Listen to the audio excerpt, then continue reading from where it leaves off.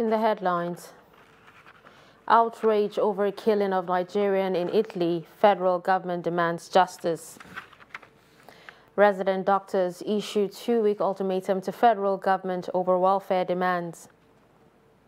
NDLEA intercepts 1.33 billion naira drugs at Lagos Seaport, arrests suspects. On the foreign scene, Myanmar junta to extend emergency rule into 2023. Hello and welcome to Trust News Update. I'm Dashan Hussaina Usman.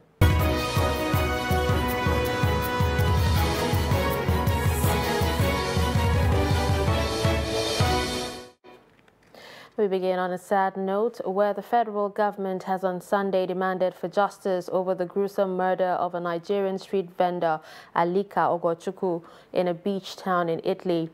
Daily Trust reports that a video footage widely circulated on Italian news websites and social media showed how an aggressive man beat and strangled Ogochukwu, a physically challenged, to death. Spokesperson of the Ministry of Foreign Affairs, Francisca Omayuli, in a statement, directed the Nigerian embassy in Rome, Italy, to work together with the relevant Italian authorities to ensure that justice is served. Civitanova March's mayor met with members of the Nigerian community after hundreds demonstrated on Saturday.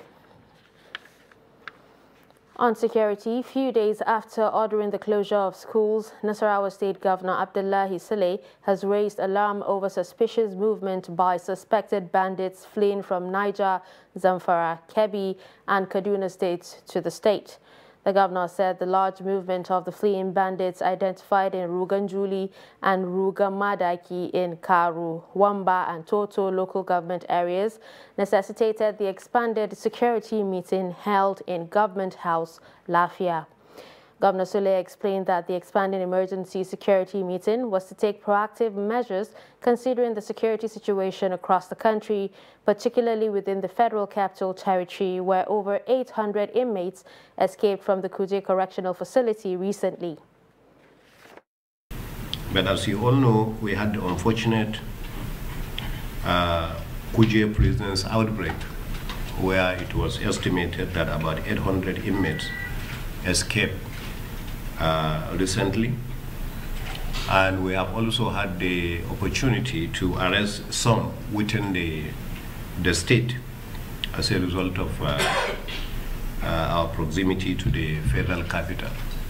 But in addition to that, we have continued to see some movements of some of these bandits who are usually kicked out of Zamfara, Katsina, Niger, Kebbi, and Kaduna states. We have particularly noticed some large presence of some of these at Ruganjuli and Rugamadaki and Karu local government especially.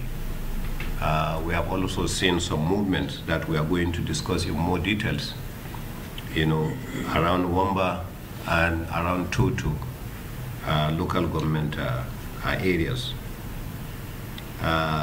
As a result, we have seen a few number of increase in the kidnapping between the last 2 months. And all this combined with our effort made it extremely necessary for us to have this meeting so that we can renew some of our strategies to tackle this. A third-class traditional ruler in Taraba State, Ibrahim Yamusa, and his son have been killed by gunmen in the early hours of Sunday. The traditional leader was gunned down on his way to his palace at Yukuban community in Takum local government shortly after a state security meeting. Confirming the incident, the lawmaker representing Takum in the State Assembly, Mark Useni, urges security agents to fish out the killers. We lost a very respected traditional ruler, the Udeng Yukubeng, Mr. Ibrahim Yamusa Achilok, who was killed by some gunmen while returning to Yukubeng, his domain, from a security meeting. It is rather very unfortunate. This is also a condemnable act, and I want to urge the government to make sure that those who perpetrated this act are brought to book. I called home and they told me that it is true, and this is a barbaric act. I appeal to the security agencies to dig into the root of this problem and unravel those behind this brutal act. In health, the Nigerian Association of Resident Doctors has given a 2-week ultimatum to the federal government to implement the new national minimum wage and hazard allowance or face indefinite industrial action.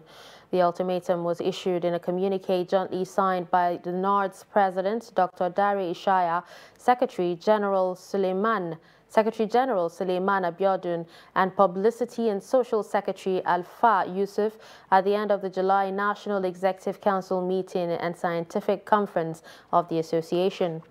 NARD called on the federal government, the Nigerian Governors Forum, stakeholders, and well-meaning Nigerians to prevail on the governors of Imo, Ondo, Ekiti, and Gombe states to urgently pay arrears of salaries and allowances owed its members in the tertiary health institutions, lamenting that the matter was becoming embarrassing. It urged the federal government to expedite action on the payment of the newly reviewed Medical Residency Training Fund within the 2-week ultimatum to enable its members meet the closing date of examination registration as advertised by the National Postgraduate Medical College of Nigeria. On electoral matters, Independent National Electoral Commission has tasked national leadership of 18 political parties in the country to organize trainings for their state chapters ahead of 2023 general elections with a view to equipping them with the provisions of the Electoral Act 2022. INEC National Commissioner in charge of Information and Voter Education, Festus Okoye, gave the charge in an exclusive interview with Trust TV's Shafi'u Suleiman on the need to enhance and consolidate the success recorded in the nation's electoral process. The report. Actions or inactions of some political parties in the country may be in conflict with certain provisions in the new Electoral Act 2022. with attendant consequences on electoral fortunes. Okoye says to avoid being caught unawares, political parties must equip themselves with the new provisions, which are fundamental departure from the previous provisions. It is very, very important because there are clear and fundamental differences between the Electoral Act 2010 as amended and the Electoral Act 2022. While reiterating the need for stakeholders in the electoral process to adhere strictly to the provisions of the new Act to enhance the credibility of election outcomes, the INEC National Commissioner says as such will also build the confidence of the electorates as the nation heads towards a general election. It is important as we move towards the general election for political parties to conform to the dictates and intent of the law. That is the only way we can grow our democracy. INEC had cause to disagree with a political party recently over the conduct of primaries, nomination of candidates for election. These and other challenges, such as vote buying and selling amongst others, constitute even bigger challenge in conducting credible and transparent elections in 2023. Shafi'u Suleiman, Trust TV News, Abuja. The Independent National Electoral Commission says it has registered 202,838 voters in Gombe State. The exercise officially closed on Sunday. On the final day of the exercise, Trust TV observed that residents were still waiting to be registered at the headquarters of INEC in Gombe. Ibrahim Ismail reports. These people are waiting to be registered at the headquarters of the Independent National Electoral Commission INEC in Gombe State before the end of business hours on Sunday. Some are opportune to be registered, while many others who have made several attempts are still waiting to be registered to be able to vote in the forthcoming 2023 elections. No, I am registered now. I didn't face any challenges. It's not because I don't want to register. A lot of things have been taking my time, and I came it's because of line. I came 3 times.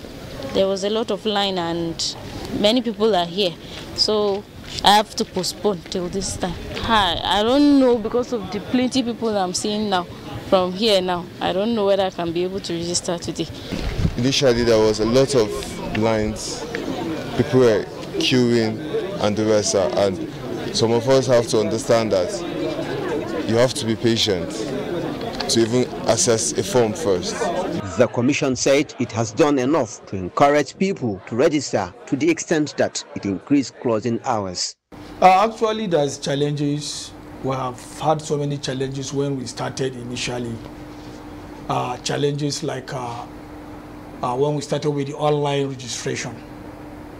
Some areas there was no network, so we have to continue for some time before the commission now deployed some machines called offline machines. So we started going into the interior where there is no network in order to be able to capture most of the registered voters. So the offline was going on, and at the same time the physical in-person registration was also going on. And up to the time when we closed the online registration, we continue with the in-person registration. And also challenges of power. So we have to use some batteries to power those IVET in order for them to be able to work within the interior.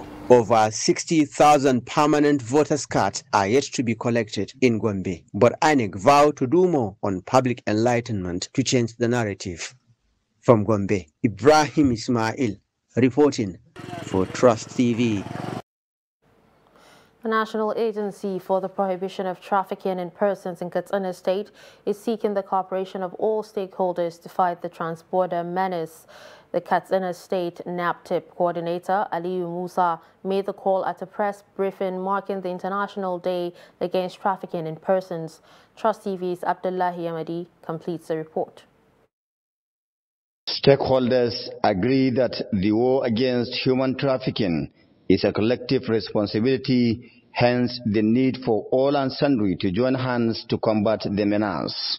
The NAPTIP boss in Katsina is worried about the alarming rate at which children are trafficked. I wish to call all our stakeholders here to join the National Agency for Prohibition of Trafficking in Persons, NAPTIP, to fight and stop this menace called human trafficking in Katsina and Nigeria at large.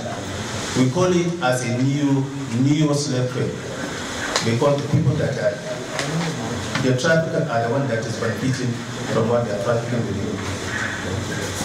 Job seekers are being advised to be cautious so that they do not fall into traps set by elements who promise them lucrative jobs in Europe and other Arab countries. The victims end up working as slaves and sex workers if they are lucky to arrive their destinations alive. I reach out to potential clients, communicate among perpetrators, and hide criminal proceeds, and all that with greater speed, cost effectiveness, and anonymity.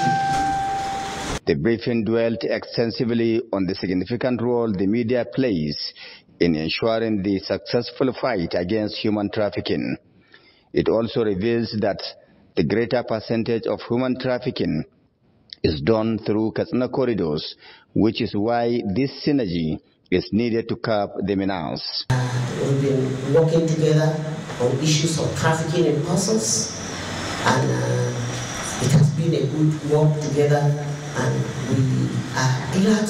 I'm glad to be here, knowing the number of the press that are here to help us sensitize the public.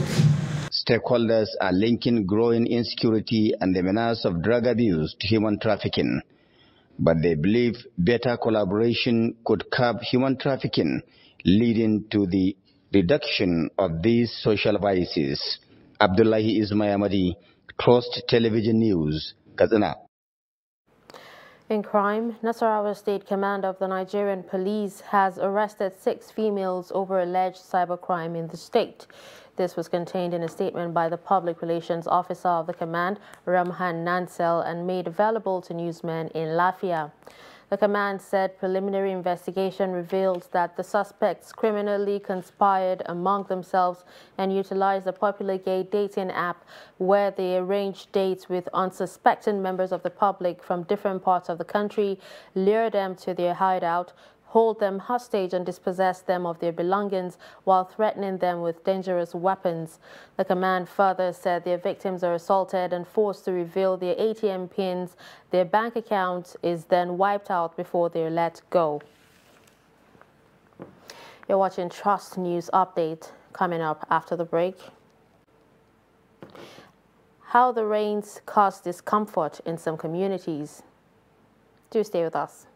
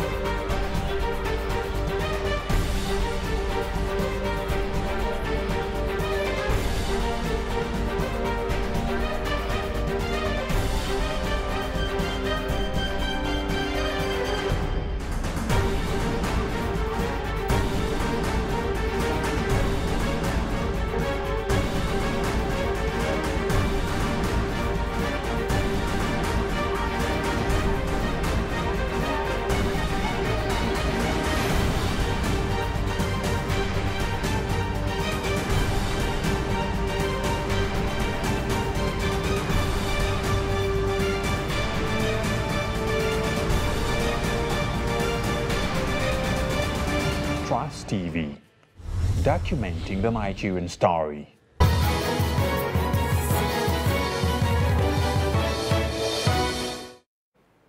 Welcome back and thanks for staying with us. You're still watching Trust News Update. Here's a recap of some of our top stories. We told you that outrage over a killing of Nigerian in Italy, federal governments demand justice. And you also heard that resident doctors issued 2-week ultimatum to federal government over welfare demands. Moving on to more stories. A 3-year-old child died while his 2-year-old sibling is critically injured following an early morning downpour that wreaked havoc in Bajoga town of Funakaye, local government area of Gombe State. Daily Trust reports that the rain that lasted for over 5 hours at the weekend resulted in heavy flooding that led to the collapse of one of the walls of the room where the 2 children were sleeping in Ungwer Fada near the Emir's palace. Several others that sustained various degrees of injuries are receiving treatment at the General Hospital Bajoga and other medical facilities. Over 100 houses, many livestock and property worth millions of naira were also destroyed, mostly in Shara Mansur and Bodoriel areas of this town. At the time of filing this report, Head of Rescue of the State Emergency Management Agency, Muhammad Garba, said they are still in Bajoga assessing the situation to ascertain the casualty figures and the actual number of houses, livestock and property destroyed by the flood. People in Bauchi communities are desilting their drainages to forestall flooding that could arise from the torrential rainfall in recent days. Impressed by the proactive actions, the Bauchi State Environmental Protection Agency has pledged to join hands with various communities to carry out sanitation exercises. Trust TV's Adamu Imam completes the report. As heavy downpour continue in different parts of Nigeria, Bauchi State has its own share of torrential rainfalls that make people uncomfortable, especially the motorists. Some Bauchi residents told Trust TV how they cope with the heavy downpour witnessed on Friday within the metropolis. I passed through C&C market site within the town. The water completely covered the major streets and culverts. A lot of people find it very difficult to get access. I lost a lot because of heavy downpour and the flooding. Even one 8 girl died as a result of this flooding last Thursday. I'm totally confused now with my work. Meanwhile, people of Yakubu and Ka community agreed to halt other activities to desilt their drainages to run away possible flooding within the locality. Similarly, the State Environmental Protection Agency continued to enlighten and mobilize publics on the need for constant cleaning of their environment, especially during the monthly sanitation exercise. The agency also barricaded major entrance into the state to engage more people for the exercise. Most of the residents were busy cleaning their environment despite that it is raining. And the entrance into the main city has been barricaded fully, and we don't have so much movement unlike before. So actually I can rate it around 90% success, the compliance. It could be recalled that the two local government areas of Darazo and Kirifi were the worst hit by the recent flooding in the state. Adam Imam, Trust TV News, Bauchi. The federal government has restated its commitment to develop and sustain partnerships that will promote dignified aging and other issues related to older persons in the country. Minister of Humanitarian Affairs, Disaster Management and Social Development, Sadia Umar Farouk, stated this at an event to mark the first anniversary of the National Senior Citizens Center in Abuja. The report. The minister, who lamented the long neglect of older people in the country due to negative stereotypes, said it was time for urgent steps to be taken to address such anomalies and give senior citizens their pride of place in the country. One of the objectives of the National Policy on Aging in Nigeria is to cause a fundamental positive change in perception, attitude, and paradigm about aging, old age, and an inclusive society. We look forward to achieving this before the second anniversary of the establishment of the center. This we are all committed to achieving, also that we will all one day be in that category of senior citizens. It is extremely important that we all put hands together to support this initiative. Earlier, the Director General, National Senior Citizen Center, Dr. M.M. Umukaru, who commended President Muhammadu Buhari and the Humanitarian Affairs Minister for the legal backing given to the center, assured that the NSCC is poised to deliver on its mandate to ensure that senior citizens enjoy the benefits of aging. The commemorative event, which had the theme Cascading Innovative Strategy, Programs, Partnerships, and Stakeholders Engagement, featured the formal inauguration of the NSCC Consultative Committee by the Minister, Sadia Umar Farouk. I would like to, on behalf of His Excellency President Muhammadu Buhari, who has made it possible for this center to be in place, I formally inaugurate the Stakeholders Consultative Forum on Aging. We are hereby inaugurated. Meanwhile, the minister had earlier commissioned the new office of the National Senior Citizen Center, NSCC, located at number 7, Maudo Street in Wuse.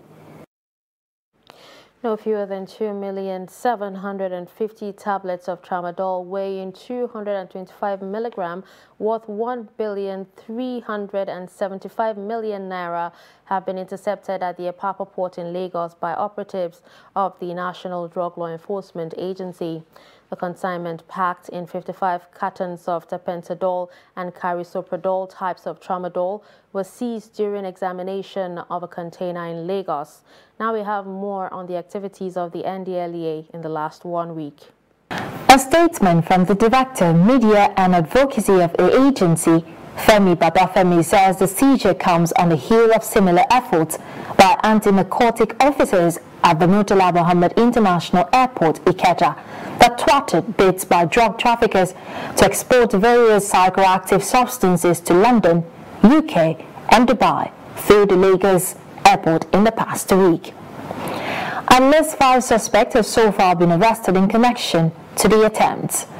On Monday, 25th July, a Dubai UAE-bound passenger, Ms. Ebodegai Gloria, was intercepted during the outward clearance of travelers on Rwandan Air via Kigali to Dubai. Discovered in her luggage were sachets of tramadol 225 mg concealed inside gari. The following day, Tuesday 26th July, a total of 50 blocks of cannabis sativa with a total weight of 27.1 kg concealed inside a large quantity of crayfish going to London as part of consolidated cargo was seized at the Sako export shed.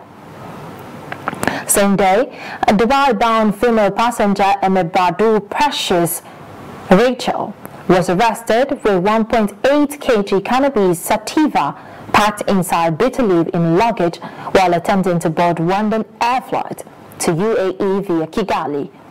In Kebbi, no less than 4,010 ampoules of pentazocine injection were seized on Friday, 29 July, when a commercial vehicle, which was intercepted along Yawuri Kebbi Road, and two suspects, Mukhtar Ginusa, 26, and Lukman Aliyu, 30, was arrested. And finally, away from Nigeria, the head of Myanmar's junta, Min Aung Hlaing, on Monday extended emergency rule for another 6 months, blaming instability for stalling efforts to implement a peace plan agreed with other Southeast Asian countries. Min Aung Hlaing said in a speech aired on state media that Myanmar had been striving to overcome the challenges of the coronavirus pandemic while facing internal violence. The military has pledged to hold new elections in August 2023, though opponents do not believe it will be free and fair. State of emergency was first declared after seizing power from the elected government of Aung San Suu Kyi in a coup in February last year. Myanmar has been in chaos since then, with conflict spreading after the army crushed mostly peaceful protests in towns and cities. With this, we've come to the end of Trust News Update. Remember to follow us across all our social media platforms. I'm Dashan Hussaina Usman. Thanks for watching.